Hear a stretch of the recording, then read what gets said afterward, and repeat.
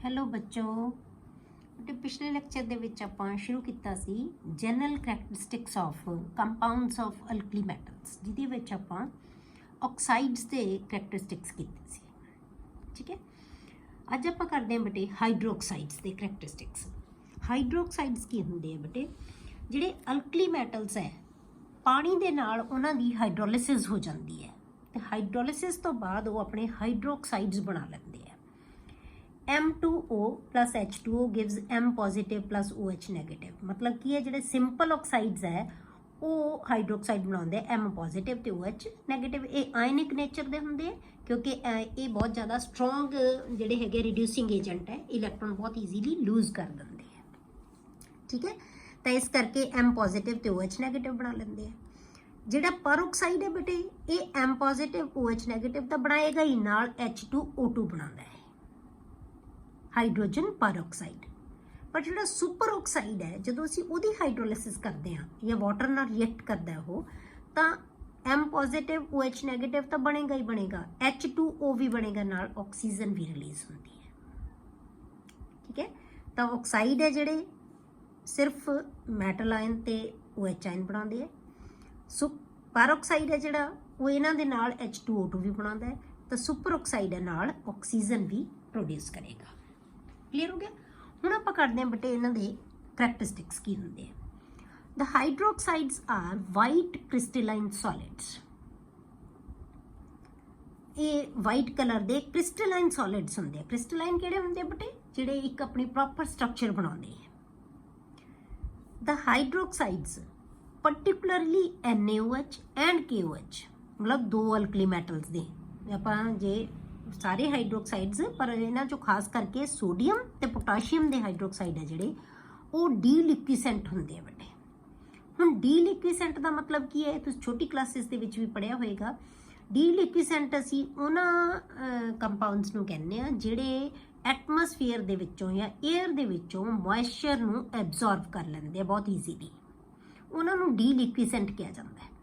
ਤਾਂ sodium hydroxide ਤੇ potassium hydroxide ਬਹੁਤ ਈਜ਼ੀਲੀ ਏਅਰ ਦੇ ਵਿੱਚੋਂ ਮੋਇਸਚਰ ਨੂੰ ਐਬਜ਼ੌਰਬ ਕਰ ਲੈਂਦੇ ਆ, ਤਾਂ ਲਿਕੁਇਡ ਫਾਰਮ ਦੇ ਵਿੱਚ ਕਨਵਰਟ ਹੋ ਜਾਂਦੇ ਆ। ਜਿਵੇਂ ਤੁਸੀਂ ਦੇਖੋ ਆਪਾਂ ਨਮਕ ਨੂੰ ਨਮੀ ਵਾਲੀ ਏਅਰ ਦੇ ਵਿੱਚ ਜਦੋਂ ਰੱਖ ਦਿੰਦੇ ਆ ਤਾਂ ਨਮਕ ਕੀ ਹੈ? ਮੋਇਸਚਰ ਗੇਨ ਕਰ ਲੈਂਦਾ ਹੈ। ਠੀਕ ਹੈ, ਉਹਨੂੰ ਕਹਿੰਦੇ ਆ ਅਸੀਂ ਡੀਲਿਕੁਇਸੈਂਟ।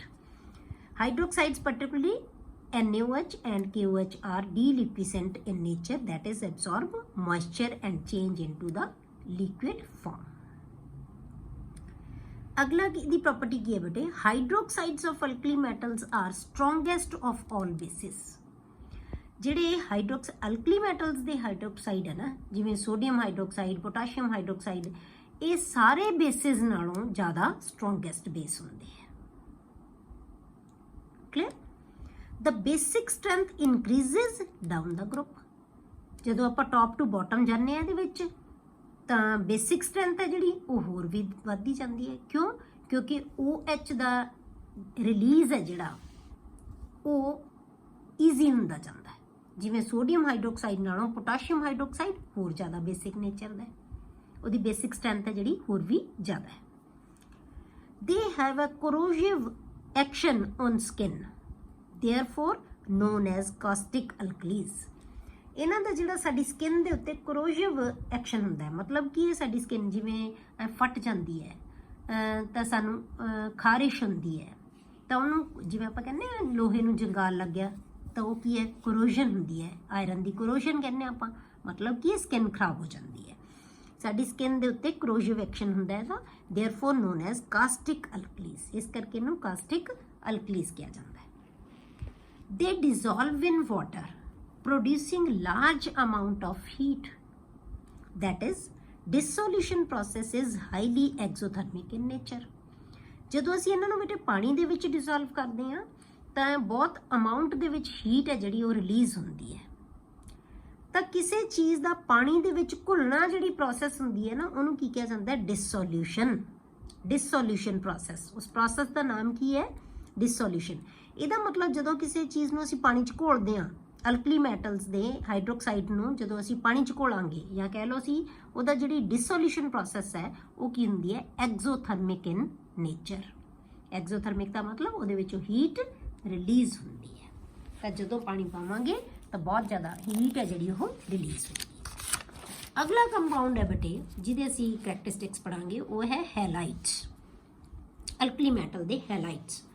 Alkali metals combine directly with halogens to form their halides. Formula ਕੀ ਹੁੰਦਾ ਜਨਰਲ ਉਹਨਾਂ ਦਾ? M ਕੀ ਹੈ? ਅਲਕਲੀ ਮੈਟਲ, X ਕੀ ਹੈ? ਹੈਲੋਜਨ। ਮੈਟਲਸ ਕਿਹੜੀਆਂ ਹੋ ਸਕਦੀਆਂ? ਲਿਥੀਅਮ, ਸੋਡੀਅਮ, ਪੋਟਾਸ਼ੀਅਮ, ਰੂਬੀਡੀਅਮ, ਸੀਜ਼ੀਅਮ, ਕੋਈ ਵੀ ਹੋ ਸਕਦੀ ਹੈ। X ਕੀ ਹੈ? ਫਲੋਰੀਨ, ਕਲੋਰੀਨ, ਬ੍ਰੋਮੀਨ, ਆਇਓਡੀਨ, ਕੋਈ ਵੀ ਅਲਕਲੀ ਮੈਟਲਸ ਹੋ ਸਕਦੀ ਨਾ, ਸੌਰੀ ਹੈਲੋਜਨਸ ਹੋ ਸਕਦੀ ਹੈ।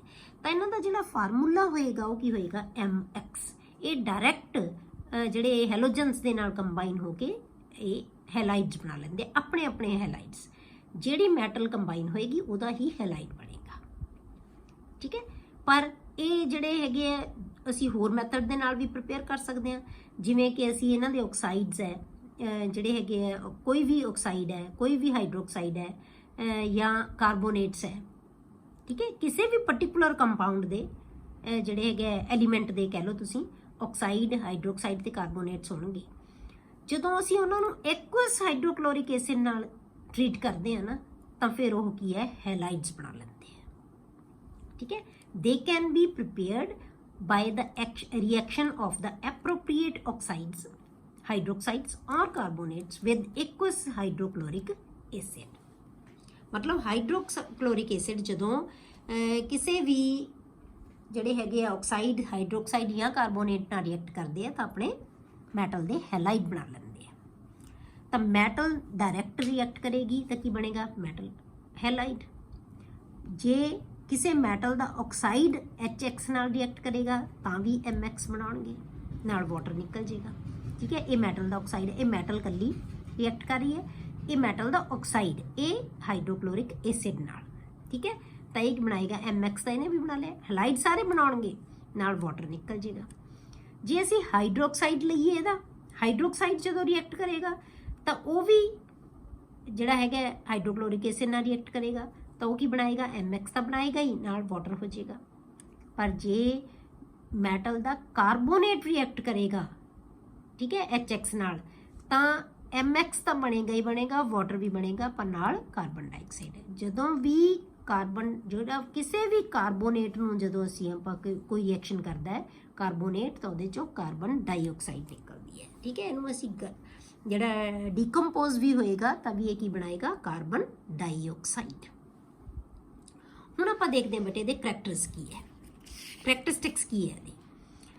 ਦ ਹੈਲਾਈਡਸ R ਕਲਰਲੈਸ crystalline solids with high melting point, ਠੀਕ ਹੈ। ਇਹਨਾਂ ਦੇ ਮੈਲਟਿੰਗ ਪੁਆਇੰਟ ਹੈ ਜਿਹੜੇ ਉਹ ਕੀ ਹੁੰਦੇ ਆ? ਬਹੁਤ ਹਾਈ ਹੁੰਦੇ ਆ। ਮਤਲਬ ਕੀ ਹੈ? ਕਿਉਂ ਹੁੰਦੇ ਬੇਟੇ? ਕਿਉਂਕਿ ਇਹਨਾਂ ਦੀ ਨੇਚਰ ਕੀ ਹੈ? ਕ੍ਰਿਸਟਲਾਈਨ ਹੈ। ਇੱਕ ਪ੍ਰੋਪਰ ਸਟਰਕਚਰ ਬਣਾ ਲੈਂਦੇ ਆ, ਇੱਕ ਨੈਟਵਰਕ ਬਣਾ ਲੈਂਦੇ ਆ। ਤਾਂ ਉਸ ਨੈਟਵਰਕ ਨੂੰ ਤੋੜਨ ਵਾਸਤੇ ਬੇਟੇ ਕੀ ਹੈ? એનર્ਜੀ ਚਾਹੀਦੀ ਹੈ। ਇਸ ਕਰਕੇ ਇਹਨਾਂ ਦੇ ਮੈਲਟਿੰਗ ਪੁਆਇੰਟ ਕੀ ਹੋਣਗੇ? ਹਾਈ ਹੋਣਗੇ, ਠੀਕ ਹੈ। ਤਾਂ ਮੈਲਟਿੰਗ ਪੁਆਇੰਟ ਇਹਨਾਂ ਦੇ ਕੀ ਹੁੰਦੇ ਆ? ਹਾਈ ਹੁੰਦੇ ਆ, ਕਿਉਂਕਿ ਇਹਨਾਂ ਦੇ ਜਿਹੜਾ ਨੈਟਵਰਕ ਬਣਿਆ ਹੋਇਆ ਜਾਂ ਸਟਰਕਚਰ ਬਣਿਆ ਹੋਇਆ ਉਹਨੂੰ ਬ੍ਰੇਕ ਕਰਨ ਲਈ ਸਾਨੂੰ ਜਿਹੜੀ ਹੈਗੀ ਹੈ ਜ਼ਿਆਦਾ એનર્ਜੀ ਦੀ ਲੋੜ ਪਏਗੀ। ਇਸ ਕਰਕੇ ਇਹਨਾਂ ਦੇ ਮੈਲਟਿੰਗ ਪੁਆਇੰਟ ਹਾਈ ਹੋਣਗੇ।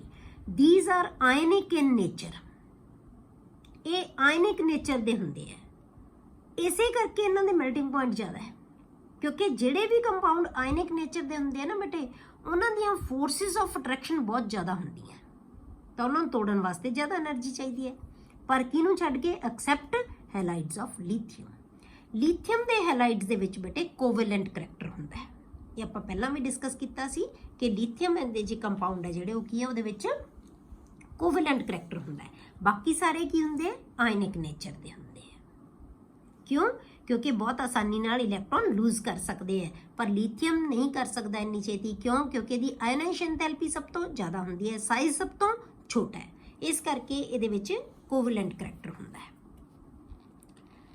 All the halides have negative enthalpy of formation. Enthalpy of formation ਕਿਹਨੂੰ ਕਹਿੰਦੇ ਆ ਬੇਟੇ ਆਪਾਂ? ਕਿ ਜਦੋਂ ਆਪਾਂ ਕਿਸੇ ਵੀ ਇੱਕ ਮੋਲ ਚੀਜ਼ ਨੂੰ ਬਣਾਉਂਦੇ ਆ ਉਹਦੇ ਕਨਸਟੀਟੂਐਂਟਸ ਤੋਂ, ਤਾਂ ਉਦੋਂ ਜਿੰਨੀ એનર્ਜੀ ਰਿਲੀਜ਼ ਹੁੰਦੀ ਹੈ, ਜਿੰਨੀ એનર્ਜੀ ਰਿਲੀਜ਼ ਹੋਏਗੀ ਉਹਨੂੰ ਅਸੀਂ ਕਹਿੰਦੇ ਆ, ਜਿੰਨੀ એનર્ਜੀ ਐਕਸਚੇਂਜ ਹੋਏਗੀ ਇਹ ਕਹਿ ਲਓ, ਉਹਨੂੰ ਅਸੀਂ ਕਹਿੰਦੇ ਆ enthalpy of formation।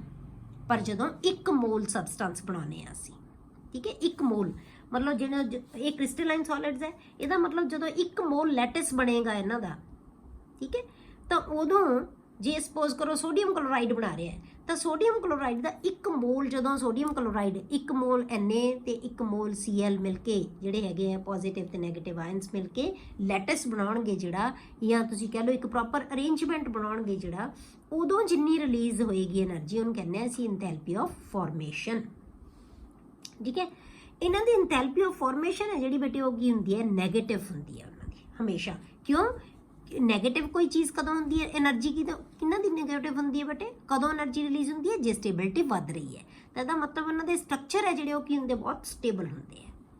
For a given metal, ਕਿਸੇ ਮੈਟਲ ਵਾਸਤੇ ਜੇ ਆਪਾਂ ਸੋਡੀਅਮ ਲੈ ਲਓ ਜਾਂ ਪੋਟਾਸ਼ੀਅਮ ਜਾਂ ਕੋਈ ਵੀ ਲੈ ਲਓ, ਜਦੋਂ ਅਸੀਂ ਉਹਦੇ ਫਲੋਰਾਈਡ ਤੋਂ ਆਇਓਡਾਈਡ ਬਣਾਵਾਂਗੇ, ਫਲੋਰਾਈਡ ਤੋਂ ਲੈ ਕੇ ਉਹਦੇ ਆਇਓਡਾਈਡ ਤੱਕ ਬਣਾਵਾਂਗੇ। ਸਪੋਜ਼ ਕਰੋ ਆਪਾਂ ਸੋਡੀਅਮ ਬਣਾ ਰਹੇ ਹਾਂ, ਸੋਡੀਅਮ ਦਾ ਫਲੋਰਾਈਡ, ਸੋਡੀਅਮ ਦਾ ਹੀ ਕਲੋਰਾਈਡ, ਫਿਰ ਉਹਦਾ ਬ੍ਰੋਮਾਈਡ, ਫਿਰ ਉਹਦਾ ਆਇਓਡਾਈਡ। ਇਹਨਾਂ ਦਾ ਜੇ ਅਸੀਂ ਕੰਪੈਰੀਜ਼ਨ ਕਰੀਏ ਆਪਸ ਦੇ ਵਿੱਚ, for a given metal delta HF not becomes less negative from fluorine to iodide, fluoride to iodide. ਜਦੋਂ ਆਪਾਂ ਨੀਚੇ ਨੂੰ ਜਾਂਦੇ ਹਾਂ ਨਾ, ਤਾਂ ਜੇ ਆਪਾਂ ਕਿਸੇ ਇੱਕ ਪਰਟੀਕੂਲਰ ਮੈਟਲ ਵਾਸਤੇ ਤਾਂ ਉਹਦੀ ਜਿਹੜੀ negative delta HF negative value ਹੈ ਨਾ, ਉਹ ਡਿਕਰੀਜ਼ ਹੁੰਦੀ ਜਾਂਦੀ ਹੈ, ਠੀਕ ਹੈ, ਉਹਦੀ ਵੈਲਿਊ ਡਿਕਰੀਜ਼ ਹੁੰਦੀ ਜਾਂਦੀ ਹੈ, ਨੈਗੇਟਿਵ ਵੈਲਿਊ ਡਿਕਰੀਜ਼ ਹੁੰਦੀ ਜਾਂਦੀ ਹੈ, ਮਤਲਬ ਕਿ ਵੱਧਦੀ ਜਾਂਦੀ ਹੈ energy. The melting point and boiling point of these follow the order। ਜੇ ਆਪਾਂ ਹੁਣ ਇਹਨਾਂ ਦੇ melting point boiling point ਦੇਖਣੇ ਹੋਣ ਤਾਂ ਕੀ ਹੈ, ਫਲੋਰਾਈਡਸ ਦੇ ਸਭ ਤੋਂ ਵੱਧ, ਕਲੋਰਾਈਡਸ ਦੇ ਉਸ ਤੋਂ ਘੱਟ, ਫਿਰ ਬ੍ਰੋਮਾਈਡਸ ਤੇ ਫਿਰ ਆਇਓਡਾਈਡਸ ਦੇ। ਕਲੀਅਰ। ਜੇ ਆਪਾਂ ਇਹਨਾਂ ਦੇ melting point boiling point ਦੇਖੀਏ, all the halides are water soluble। ਸਾਰੇ ਹੈਲਾਈਡ ਹੈ ਜਿਹੜੇ ਬੇਟੇ ਕੀ ਹੁੰਦੇ ਆ, ਪਾਣੀ ਦੇ ਵਿੱਚ ਘੁਲ ਜਾਂਦੇ ਆ, soluble ਹੁੰਦੇ ਆ।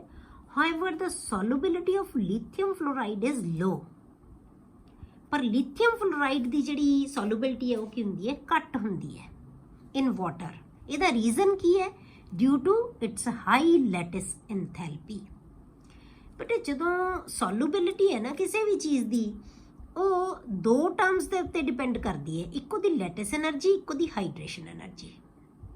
ਲੈਟਿਸ એનર્ਜੀ ਹੈ ਜਿਹੜੀ ਤੇ ਹਾਈਡਰੇਸ਼ਨ, ਦੋਨੋਂ એનર્ਜੀਜ਼ ਹੈ ਜਿਹੜੀਆਂ ਉਹ ਡਿਸਾਈਡ ਕਰਨੀਆਂ ਕਿ ਕੋਈ ਚੀਜ਼ ਹੈ ਜਿਹੜੀ ਉਹ ਪਾਣੀ 'ਚ ਘੁਲੇਗੀ ਕਿ ਨਹੀਂ ਘੁਲੇਗੀ। ਜੇ ਤਾਂ ਉਹਦੀ ਲੈਟਿਸ એનર્ਜੀ ਜ਼ਿਆਦਾ ਹੈ ਬੇਟੇ ਹਾਈਡਰੇਸ਼ਨ ਇੰਥੈਲਪੀ ਨਾਲੋਂ, ਤਾਂ ਫਿਰ ਉਹ ਚੀਜ਼ ਨਹੀਂ ਘੁਲੇਗੀ। ਜੇ ਉਹਦੀ ਹਾਈਡਰੇਸ਼ਨ ਇੰਥੈਲਪੀ ਜ਼ਿਆਦਾ ਹੈ ਲੈਟਿਸ એનર્ਜੀ ਨਾਲੋਂ, ਤਾਂ ਉਹ ਚੀਜ਼ ਘੁਲ ਜੇਗੀ, ਠੀਕ ਹੈ, ਕਿਉਂਕਿ ਦੋਨੋਂ એનર્ਜੀਜ਼ ਇੱਕ ਦੂਜੇ ਨੂੰ ਕੰਪਨਸੇਟ ਕਰਦੀਆਂ। ਇਹ એનર્ਜੀ ਰਿਕੁਆਇਰਡ ਹੈ, ਇਹ એનર્ਜੀ ਰਿਲੀਜ਼ ਹੁੰਦੀ ਹੈ। ਕਲੀਅਰ। ਹੁਣ ਇਹ ਲੀਥੀਅਮ ਦਾ ਫਲੋਰਾਈਡ ਹੈ ਜਿਹੜਾ, ਉਹ ਘੱਟ ਸੋਲੂਬਿਲਿਟੀ ਹੁੰਦੀ ਹੈ ਬੇਟੇ, ਲੋ ਹੁੰਦੀ ਹੈ ਇਹਦੀ ਸੋਲੂਬਿਲਿਟੀ। ਕਿਉਂ?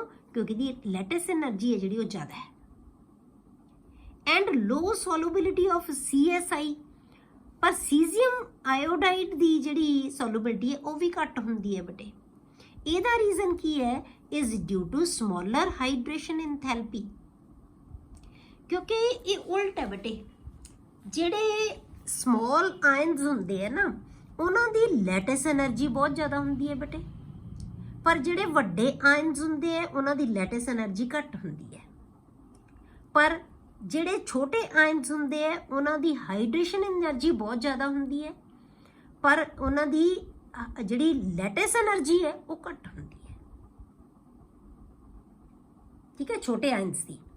ਪਰ ਹੁਣ ਸੀਜ਼ੀਅਮ ਹੈ ਜਿਹੜਾ ਬੇਟੇ ਉਹ ਕੀ ਹੈ, ਬਹੁਤ ਵੱਡਾ, ਸੀਜ਼ੀਅਮ ਆਇਓਡਾਈਡ। ਇਹ ਆਇਨਸ ਬਹੁਤ ਵੱਡੇ ਹੈ, ਤਾਂ ਹਾਈਡਰੇਸ਼ਨ ਇੰਥੈਲਪੀ ਕੀ ਹੋਏਗੀ ਬੇਟੇ ਇਹਨਾਂ ਦੀ, ਬਹੁਤ ਲੋ ਹੋਏਗੀ, ਠੀਕ ਹੈ, ਹਾਈਡਰੇਸ਼ਨ ਇੰਥੈਲਪੀ ਘੱਟ ਹੋਏਗੀ, ਇਸ ਕਰਕੇ ਪਾਣੀ ਦੇ ਵਿੱਚ ਨਹੀਂ ਘੁਲੇਗਾ, ਸੋਲੂਬਿਲਿਟੀ ਘੱਟ ਹੁੰਦੀ ਹੈ ਇਹਦੀ। ਮਤਲਬ ਰੀਜ਼ਨ ਦੋਨਾਂ ਦਾ ਡਿਫਰੈਂਟ ਹੈ।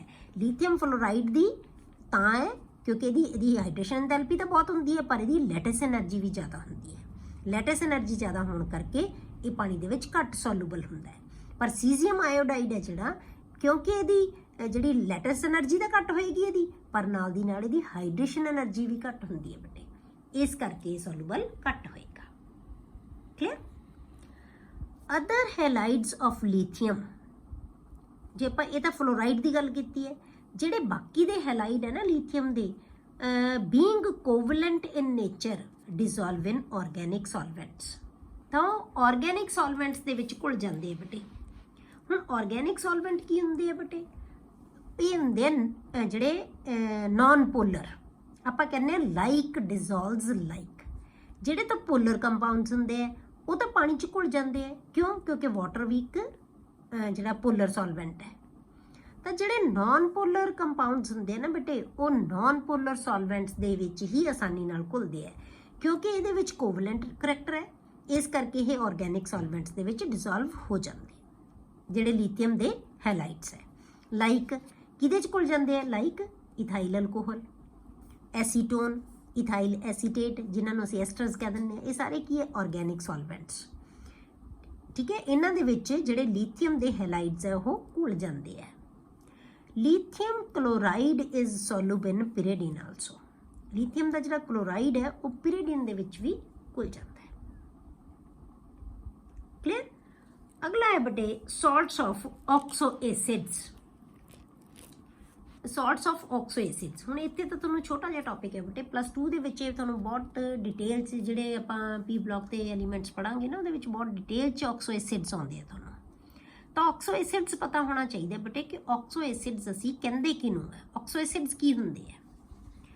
ਆਕਸੋ acids are those in which the acidic proton, acidic proton ਦਾ ਮਤਲਬ ਕੀ ਹੈ? H ਆਇਨ ਹੁੰਦਾ ਜਿਹੜਾ, ਕਿਉਂਕਿ ਅਸੀਂ ਐਸਿਡ ਕਿਹਨੂੰ ਕਹਿੰਦੇ ਆ? ਜਿਹੜੀ ਸਪੀਸ਼ੀਜ਼ H ਆਇਨ ਰਿਲੀਜ਼ ਕਰਦੀ ਹੈ, ਜਾਂ ਕਹਿ ਲਓ ਜਿਹੜੇ ਪ੍ਰੋਟੋਨ ਦਿੰਦੇ ਆ, ਉਹ ਸਪੀਸ਼ੀਜ਼ ਨੂੰ ਅਸੀਂ ਐਸਿਡ ਕਹਿੰਦੇ ਆ। ਤੇ ਆਕਸੋ ਐਸਿਡਸ ਕਿਹਨਾਂ ਨੂੰ ਕਹਿੰਦੇ ਆ? ਜਿਹਦੇ ਵਿੱਚ ਜਿਹੜੀ ਇਹ ਐਸਿਡਿਕ ਪ੍ਰੋਟੋਨ ਹੈ ਨਾ ਜਿਹੜਾ, ਉਹ ਹਾਈਡਰੋਕਸਿਲ ਗਰੁੱਪ ਦਾ ਹੋਵੇ। ਹਾਈਡਰੋਕਸਿਲ ਗਰੁੱਪ ਦਾ ਜਿਹੜਾ H ਆਇਨ ਹੈ ਉਹ ਰਿਲੀਜ਼ ਹੋਵੇ, is on a hydroxyl group with an oxo group attached to the same atom। H ion OH ਦੇ ਜਿਹੜਾ ਗਰੁੱਪ ਹੈ ਉਹਦੇ ਨਾਲ ਲੱਗਿਆ ਹੋਇਆ ਹੋਵੇ ਤੇ ਉਹ ਡਾਇਰੈਕਟਲੀ ਅਟੈਚਡ ਕਿਹਨੂੰ ਹੋਵੇ? Same atom. ਠੀਕ ਹੈ, that is carbonic acid. Carbonic acid ਕੀ ਹੈ ਬੇਟੇ? H2CO3, ਇਹਨੂੰ ਕਹਿੰਦੇ ਅਸੀਂ ਕਾਰਬੋਨਿਕ ਐਸਿਡ। ਹੁਣ ਇਹ ਐਸਿਡ ਹੈ, ਇਹ ਕਿਵੇਂ ਦੱਸਦੇ ਆ ਆਪਾਂ? ਇਹ ਆਕਸੋ ਐਸਿਡ ਹੈ, ਇਹ ਕਿਉਂ ਕਹਿੰਦੇ ਆ ਅਸੀਂ? ਇਹਨੂੰ ਕਿਵੇਂ ਲਿਖ ਸਕਦੇ ਹਾਂ? OCOH2।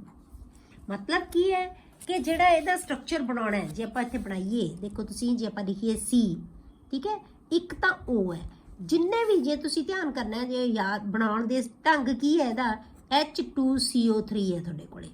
ਤੁਸੀਂ ਇਹ ਦੇਖੋ ਕਿ H ਕਿੰਨੇ ਹੈ ਇਹਦੇ 'ਚ ਤੇ O ਕਿੰਨੇ ਹੈ। H ਕਿੰਨੇ ਬੇਟੇ? 2 ਹੈ। ਇਹਦਾ ਮਤਲਬ ਦੋਨੋਂ, O ਤਾਂ H ਨਾਲੋਂ ਜ਼ਿਆਦਾ ਹੈ ਨਾ, ਇਹਦਾ ਮਤਲਬ ਇਹ ਦੋਨੋਂ H O ਦੇ ਨਾਲ ਅਟੈਚਡ ਹੈ ਇਹਦੇ ਨਾਲ, ਤੇ ਬਾਕੀ O ਕਿੰਨਾ ਬਚ ਗਿਆ ਬੇਟੇ? 1। ਤਾਂ ਇੱਕ O ਨੂੰ ਅਸੀਂ ਇੱਥੇ ਲਗਾ ਦਿਓ ਡਬਲ ਬੌਂਡ ਨਾਲ, ਕਿਉਂਕਿ ਕਾਰਬਨ ਦੇ 4 ਬੌਂਡ ਤਾਂ ਅਸੀਂ ਪੂਰੇ ਕਰਨੇ ਹੀ ਕਰਨੇ ਆ। ਠੀਕ ਹੈ, ਇੱਕ ਇੱਥੇ ਆ ਗਿਆ OH ਤੇ ਇੱਕ ਇੱਥੇ ਆ ਗਿਆ OH। ਇਹ ਦੋਨੋਂ OH C ਦੇ ਨਾਲ ਅਟੈਚਡ ਹੈ, ਇੱਕ ਐਟਮ ਨਾਲ ਅਟੈਚਡ ਹੈ। ਇਸ O ਦੇ ਨਾਲ H ਅਟੈਚ ਹੈ, ਇਸ ਕਰਕੇ ਇਹ H ਛੱਡ ਸਕਦਾ ਹੈ। ਇਹਦੇ ਨਾਲ H ਅਟੈਚ ਹੈ, ਇਹ ਵੀ ਛੱਡ ਸਕਦਾ ਹੈ। ਇਸ ਕਰਕੇ ਇਹ ਕੀ ਹੈ? ਆਕਸੋ ਐਸਿਡ ਹੈ ਕਿ ਜਿਹੜਾ H ਆਇਨ ਰਿਲੀਜ਼ ਕਰ ਰਹੇ ਹਾਂ ਉਹ ਹਮੇਸ਼ਾ OH ਦੇ O ਨਾਲ ਅਟੈਚ ਹੋਏਗਾ। ਠੀਕ ਹੈ, OH ਦਾ ਹਿੱਸਾ ਹੋਏਗਾ ਇਹ, ਤੇ ਅੱਗੋਂ ਇਹ ਐਟਮ ਦੇ ਨਾਲ ਅਟੈਚ ਹੋਣਗੇ ਦੋਨੋਂ। ਠੀਕ ਹੈ, ਇਹ ਆਪਾਂ ਕਹਿ, ਇਹ ਕਾਰਬੋਨਿਕ ਐਸਿਡ ਆ ਗਿਆ। ਦੂਸਰਾ ਜਿਵੇਂ ਐਗਜ਼ਾਮਪਲ ਹੈ ਸਲਫਿਊਰਿਕ ਐਸਿਡ। ਸਲਫਿਊਰਿਕ ਐਸਿਡ ਦੇ ਵਿੱਚ ਆਪਾਂ ਕੀ ਲੈਂਦੇ ਆ? S। ਇਹਦੇ ਆਪਾਂ ਕੀ ਲੈਂਦੇ ਆ? H2SO4। ਹੁਣ H ਕਿੰਨੇ ਆ? 2 ਹੈ। ਇਹਦਾ ਮਤਲਬ ਦੋਨੋਂ H ਹੈ ਜਿਹੜੇ O ਦੇ ਨਾਲ ਅਟੈਚਡ ਹੈ। ਠੀਕ ਹੈ, ਇਹ ਦੋਨੋਂ H ਕੀ ਹੈ? O ਦੇ ਨਾਲ ਅਟੈਚਡ ਹੈ। 2 O ਵੀ ਪੂਰੇ ਹੋ ਗਏ। ਠੀਕ ਹੈ, ਜੇ ਆਪਾਂ O ਕਿੰਨੇ ਲੈ ਲਏ, ਸਪੋਜ਼ ਕਰੋ O ਕਿੰਨੇ ਤੁਹਾਡੇ ਕੋਲੇ? 4। H ਕਿੰਨੇ ਹੈ? 2। ਆ 2 ਤਾਂ ਇਹਦੇ ਨਾਲ ਕੱਟ ਗਏ, 2 O ਬਚ ਗਏ ਤੁਹਾਡੇ ਕੋਲੇ। 2 O ਹੈ ਜਿਹੜੇ, ਕਿਉਂਕਿ ਸਲਫਰ ਨੇ ਆਪਣੇ 6 ਬੌਂਡ ਪੂਰੇ ਕਰਨੇ ਆ, ਤਾਂ ਇਹ ਕੀ ਬਣ ਜਾਣਗੇ? ਡਬਲ ਬੌਂਡ ਨਾਲ। ਆਮ ਤੌਰ ਤੇ ਆਕਸੋ ਐਸਿਡਸ ਦੇ ਵਿੱਚ ਜਿਹੜੇ ਵੀ O ਬਚ ਜਾਂਦੇ ਉਹ ਡਬਲ ਬੌਂਡ ਨਾਲ ਅਟੈਚਡ ਹੁੰਦੇ ਆ। ਇਹ ਬਹੁਤ ਡਿਟੇਲ 'ਚ ਤੁਹਾਨੂੰ ਆਉਣਗੇ ਪੀ ਬਲੌਕ ਦੇ ਵਿੱਚ। ਠੀਕ ਹੈ, ਤੇ ਇਹਨਾਂ ਨੂੰ ਅਸੀਂ ਕਹਿੰਦੇ ਆ ਆਕਸੋ ਐਸਿਡਸ, ਜਿਹੜੇ ਕਿ H ਆਇਨ ਜਿਹੜੇ ਰਿਲੀਜ਼ ਕਰ, ਕਿਉਂਕਿ ਸਾਨੂੰ ਪਤਾ ਹੈ ਸਲਫਿਊਰਿਕ ਐਸਿਡ ਕੀ ਹੈ? ਬਹੁਤ ਸਟਰੋਂਗ ਐਸਿਡ ਹੈ, H ਆਇਨ ਰਿਲੀਜ਼ ਕਰ ਸਕਦਾ 2। ਤਾਂ ਇਹ ਦੋਨੋਂ H ਹੈ ਜਿਹੜੇ O ਦੇ ਨਾਲ ਅਟੈਚਡ ਹੈ, ਤੇ O ਅੱਗੋਂ ਇੱਕ ਐਟਮ ਦੇ ਨਾਲ ਅਟੈਚਡ ਹੈ। ਠੀਕ ਹੈ, ਇਹਨਾਂ ਨੂੰ ਕੀ ਕਿਹਾ ਜਾਂਦਾ ਹੈ? ਆਕਸੋ ਐਸਿਡਸ। ਤਾਂ ਹੁਣ ਆਕਸੋ ਐਸਿਡਸ ਹੈ ਜਿਹੜੇ ਬੇਟੇ, ਇਹ ਬਣਾਉਂਦੇ ਆ ਕੰਪਾਊਂਡਸ ਹੈ, ਤੇ ਆਪਾਂ ਨੂੰ ਪਤਾ ਲੱਗੇ ਕਿ ਆਕਸੋ ਐਸਿਡਸ ਕਹਿੰਦੇ ਕਿਹਨੂੰ ਆਪਾਂ? That is carbonic acid, sulphuric acid H2SO4, H2SO4 ਨੂੰ ਆਪਾਂ ਕਿਵੇਂ ਲਿਖ ਸਕਦੇ ਹਾਂ ਬੇਟੇ? O2 ਮਤਲਬ ਜਿਹੜੇ ਜਿੰਨੇ H ਹੈ ਇਹਦੇ 'ਚ ਉਹ ਤਾਂ OH ਨਾਲ ਲਗਾ ਦਿਓ, ਤਾਂ 2 O ਤਾਂ ਇਹ ਲੈ ਜਾਏਗਾ, OH2 ਬਣ ਗਿਆ। ਜਿੰਨੇ ਬਚ ਗਏ ਉਹ ਉਹਦੇ ਨਾਲ O ਲਗਾ ਦਿਓ, ਤਾਂ ਕੀ ਬਣ ਗਿਆ? O2SOH2। ਸਮਝ ਆ ਗਈ ਬੇਟੇ? Alkali metals form salts with all oxo acids. ਜਿਹੜੇ ਅਲਕਲੀ ਮੈਟਲਸ ਨੇ ਬੇਟੇ ਸਾਰੇ ਜਿਹੜੇ ਹੈਗੇ ਆ ਆਕਸੋ ਐਸਿਡਸ ਦੇ ਨਾਲ ਮਿਲ ਕੇ ਸਾਲਟ ਬਣਾਉਂਦੇ ਆ। ਠੀਕ ਹੈ, alkali metals form salts with all oxo acids. ਕਿਹੜੇ ਕਿਹੜੇ ਸਾਲਟ ਬਣਾ ਲੈਂਦੇ? ਜਿਵੇਂ ਆਪਣੇ ਕਾਰਬੋਨੇਟਸ ਬਣਾ ਲਏ ਇਹਨਾਂ ਨੇ, M2CO3 ਬਣ ਗਿਆ, MHCO3 ਬਣ ਗਿਆ। ਸੋਡੀਅਮ ਨਾ ਜਿਹੜਾ ਮੈਟਲ ਦਾ ਕਾਰਬੋਨੇਟ ਹੈ, ਇਹ ਮੈਟਲ ਦਾ ਬਾਈਕਾਰਬੋਨੇਟ ਹੈ, ਇਹ ਮੈਟਲ ਦਾ ਸਲਫੇਟ ਹੈ। ਠੀਕ ਹੈ, ਜਿਵੇਂ ਆਪਾਂ ਕਹਿ ਲਓ ਕਿ ਜਿਹੜਾ ਸੋਡੀਅਮ ਹੈ ਉਹ H2SO4 ਨਾਲ ਰਿਐਕਟ ਕੀਤਾ ਤਾਂ ਸੋਡੀਅਮ ਦਾ ਸਲਫੇਟ ਬਣ ਜਾਏਗਾ। ਠੀਕ ਹੈ, ਜੇ ਸੋਡੀਅਮ ਨੇ ਕਾਰਬੋਨਿਕ ਐਸਿਡ ਨਾਲ ਕੀਤਾ ਤਾਂ ਸੋਡੀਅਮ ਦਾ ਕਾਰਬੋਨੇਟ ਬਣ ਜਾਏਗਾ। ਕਲੀਅਰ ਹੋ ਗਿਆ? ਮਤਲਬ ਕੀ ਹੈ, ਇਹਨਾਂ ਆਕਸੋ ਐਸਿਡਸ ਦੇ ਨਾਲ ਅਲਕਲੀ ਮੈਟਲਸ ਰਿਐਕਟ ਕਰਕੇ ਕੀ ਬਣਾ ਲੈਂਦੇ ਆ? ਆਪਣੇ ਸਾਲਟਸ ਬਣਾ ਲੈਂਦੇ। ਅਲਕਲੀ ਮੈਟਲ ਦੇ ਸਾਲਟ ਬਣ ਜਾਂਦੇ ਆ, ਜਿਵੇਂ ਮੈਟਲ ਦਾ ਕਾਰਬੋਨੇਟ, ਮੈਟਲ ਦਾ ਬਾਈਕਾਰਬੋਨੇਟ, ਮੈਟਲ ਦਾ ਸਲਫੇਟ। ਠੀਕ ਹੈ, ਅਲੱਗ-ਅਲੱਗ ਤਰ੍ਹਾਂ ਦੇ ਜਿਹੜੇ ਕੰਪਾਊਂਡਸ ਹੈ ਉਹ ਬਣਾ ਸਕਦੇ ਆ।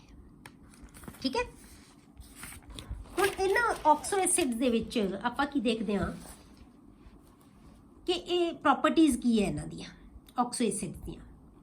These salts are generally soluble in water। ਇਹ ਸਾਲਟ ਹੈ ਜਿਹੜੇ ਬੇਟੇ ਆਮ ਤੌਰ ਤੇ ਪਾਣੀ ਦੇ ਵਿੱਚ soluble ਹੁੰਦੇ ਹੈ and release corresponding acid in solution। ਤੇ ਜਿਹੜੇ ਐਸਿਡ ਤੋਂ, ਜਿਹੜੇ ਕਾਰਬੋਨਿਕ ਐਸਿਡ ਤੋਂ ਇਹ ਮਿਲ ਕੇ ਬਣੇ ਹੋਏ ਹੁੰਦੇ ਆ ਨਾ ਬੇਟੇ, ਉਹ ਰਿਲੀਜ਼ ਕਰ ਦਿੰਦੇ ਆ ਉਹਨੂੰ ਸੋਲੂਸ਼ਨ ਦੇ ਵਿੱਚ।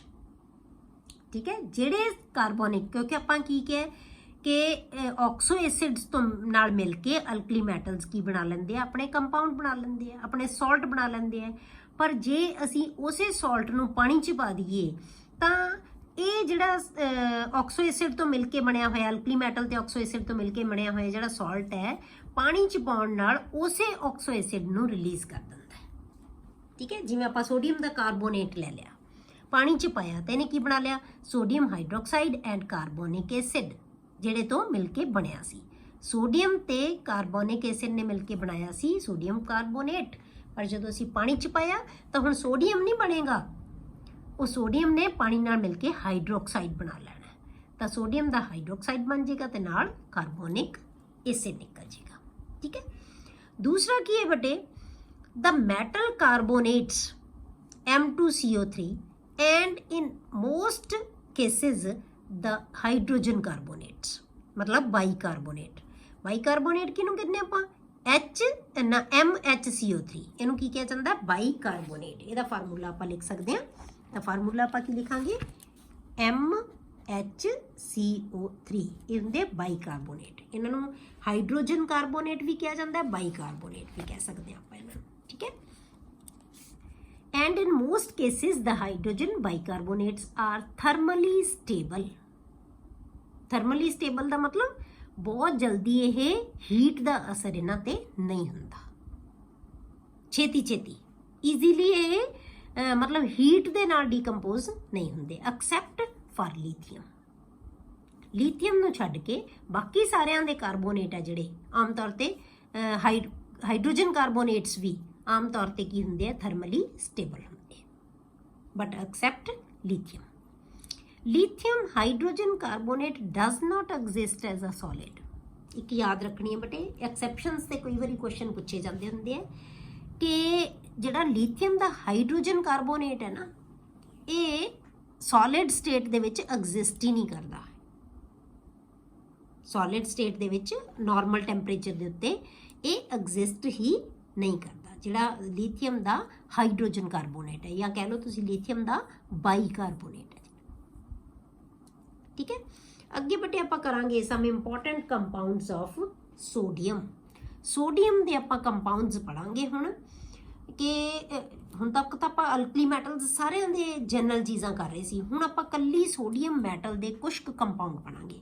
ਇਸੇ ਤਰ੍ਹਾਂ ਆਪਾਂ ਜਿਹੜਾ ਦੂਜਾ ਗਰੁੱਪ ਕਰਾਂਗੇ ਉਹਦੇ ਵਿੱਚ ਵੀ ਆਪਾਂ ਉਹਦੇ 'ਚ ਤੁਹਾਨੂੰ ਜਿਹੜੇ ਹੈਗੇ ਆ ਕੈਲਸ਼ੀਅਮ ਦੇ ਕੰਪਾਊਂਡਸ ਆਉਣਗੇ, ਠੀਕ ਹੈ। ਇਸੇ ਤਰ੍ਹਾਂ ਬਸ ਕੱਲੇ ਸੋਡੀਅਮ ਦੇ ਕੰਪਾਊਂਡਸ ਆਪਾਂ ਇਹਦੇ ਵਿੱਚ ਤੁਸੀਂ 4 ਕੰਪਾਊਂਡਸ ਪੜ੍ਹਨੇ ਆ ਬੇਟੇ। ਕਿਹੜੇ ਕਿਹੜੇ ਕੰਪਾਊਂਡ ਪੜ੍ਹਨੇ ਆ? ਸੋਡੀਅਮ ਦਾ ਕਾਰਬੋਨੇਟ ਸਟੱਡੀ ਕਰਾਂਗੇ, ਸੋਡੀਅਮ ਦਾ ਹਾਈਡਰੋਕਸਾਈਡ, ਸੋਡੀਅਮ ਦਾ ਕਲੋਰਾਈਡ ਤੇ ਸੋਡੀਅਮ ਦਾ ਬਾਈਕਾਰਬੋਨੇਟ। ਇਹ 4 ਹੈ ਜਿਹੜੇ ਇਹ ਆਪਾਂ ਜਿਹੜੇ ਡਿਸਕਸ ਕਰਾਂਗੇ ਕੰਪਾਊਂਡਸ, ਇਹਨਾਂ ਦੀ ਡਿਟੇਲ ਪੜਾਂਗੇ ਆਪਾਂ, ਠੀਕ ਹੈ। ਪਰ ਇਹ ਹੁਣ ਆਪਾਂ ਨੈਕਸਟ ਲੈਕਚਰ ਦੇ ਵਿੱਚ ਡਿਸਕਸ ਕਰਾਂਗੇ।